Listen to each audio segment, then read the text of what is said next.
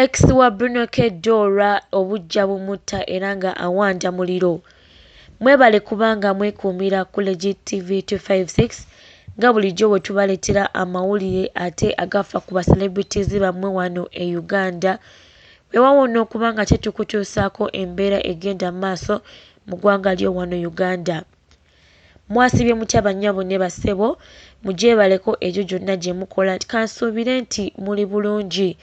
Nammwe abatava ku Legit TV 256 mbaagala nnyo era nga mbatumiddeko eyo yonna gye muli. Mukwano gwe abadde tannaba kubanga osubscribinga nsaba onyige mu ka subscription button osobole okubanga ate otweyungako ng'amawulire gaffe ogafuna butereevu. Ex wa Bruno K Dora ono obujja bwo bumutta era ono nga abadde awanda omuliro oluvannyuma lwa Bruno K okupostinga ekifaananyi ekyalabiddwamu nga alina omukyala ali olubuto olukulu eddala. Era nga social media abantu batandise okuba nga eŋŋambo bazoogera nga bazigyayo nga bagamba nti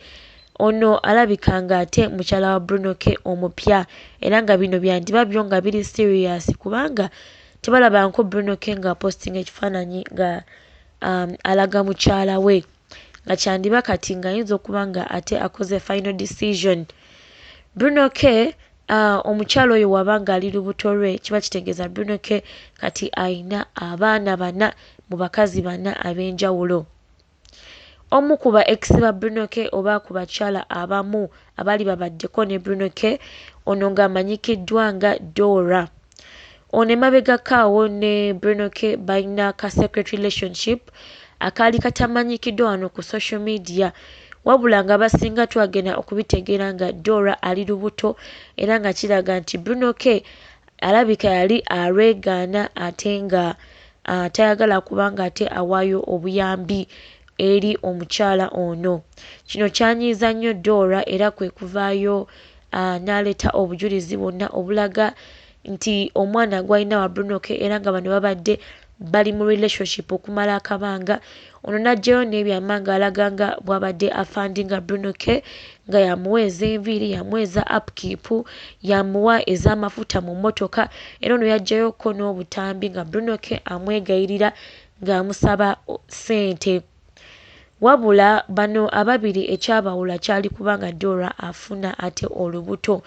nga kirabika Bruno K bino yali tabyetegekedde. Bruno K era bino omukazi bwe yajjayo bwino bino ebintu byaswaza nnyo Bruno K. Bruno K kwe kumukubira akayimba akannakulyako. N'omukazi naye n'afulumya ate akayimba nga yanukula Bruno K kwegamba olutalo ne luba nga lutandikidde awo. We twogerera kati olutalo luyinza okuba nga terunaggwa, olutalo nga lukyali fresh lutandika butandisi. Bruno K ennaku eziyise emabega ono yapostinga ekifaananyi nga alina omukyala ali olubuto gwe tulowooza oba gwe tugamba nti ono alabika nga ate ye girlfriend we kati nga tulowooza nti kiri ate official. Bruno K bwe guba nga mulimu nga ogw'okufunisa abakazi embuto agufunamu ssente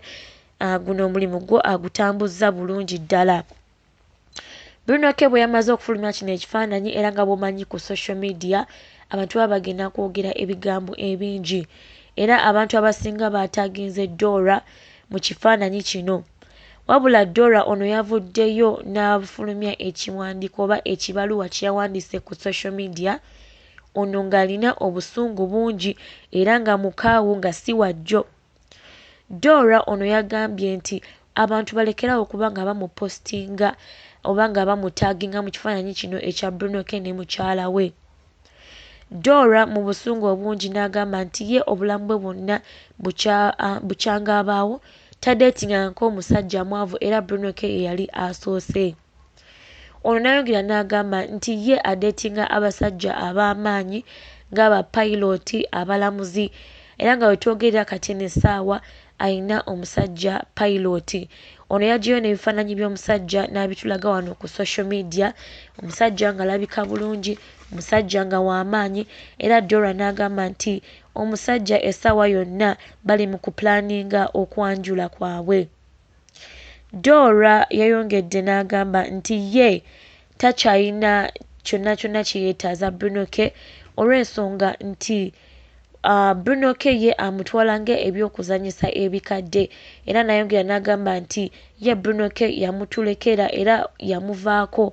olw'ensonga nti Bruno K si level ze era nga wekiba nga kyaliwo eno yali nsobi naye n'agamba nti ate yeebaza okuba nga Bruno K yajja mu bulamu bwe olw'ensonga nti Bruno K yamuwa ettutumu oba yamuwa fame gye yali ayagala era n'agamba nti ye okuba nga sinkana Bruno K kyamuyamba okuba nga ate bizinensi ye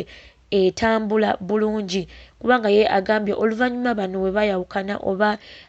eno scandal we yagwawo wakati we ne Bruno K nti okuva olwo munnaye bizinensi ye etambula bulungi era nga teddanga mabega. Dora ye alabika nga munyiivu nnyo era agambye buli ateeka omusimbi mu Bruno K ng'alowooza nti agenda kumulumya bambi aswadde era ono ayongedde n'agamba Bruno K nga bw'amumanyi ye ng'omuntu tasobola kuvaayo ku makya n'apostinga omukyala gw'alina olw'ensonga nti Bruno K engeri gy'atalina kasente akyetaaga abasiponsa abangi era nti ng'ategeeza abakyala abangi ba sugar mami kuba ono agambye nti Bruno K bw'avaayo ku makya n'apostinga ekifaananyi ng'alaga omukyala we nti nno basiponsa ate abandibadde bamuteekamu omusimbi bandidduka ne bamwegobako era n'agambye kirabika bino Bruno K by'apostinga waliwo ali emabega we ate ayagala okuba nga ate anyiiza Dora wabula Dora ye agambye nti kino bwe baba nga kye baliko oba nga ye pulaani gye balimu bo baswadde. Dora munnange atugambye nti omwami we atutumiddeko ffenna aba social media n'ab'emikwano era ng'agambye essaawa yonna tulinde okukyala. Munnange Dora yeetwongera kumwagaliza mikisa wabula tetumanyi oba bino byayogera bituufu oba si bituufu ebyo byagamba nti bawe piloti yandiba ng'ono yanukuza bujja oba nga yanukuza busungu tetumanyi kye kituufu kigenda mu maaso naye nga wabula ensonga za Bruno K ne Dora zirabika nga si zaakuggwa kati bano wekiba nti bazannya sineema teyakatandika okuba ng'ekola ki nga enyuma wabula okuva mu analysis ya social media abantu bo bagamba nti omukyala Dora yandiba nga awulira obujja olw'ensonga nti Bruno K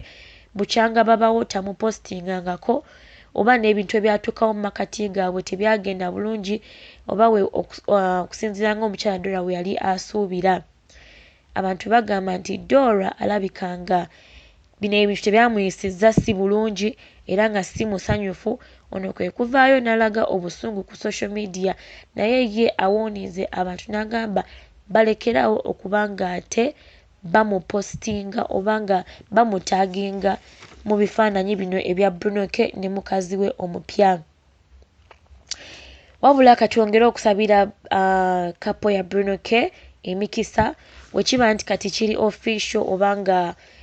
munnange asazeewo afuuke taata omulungi oba nga yayigira mu past mistakes ze yakola katusabe nti ebintu bibatambulira bulungi kubanga tekijja kuba kifaananyi kirungi ate okuba nga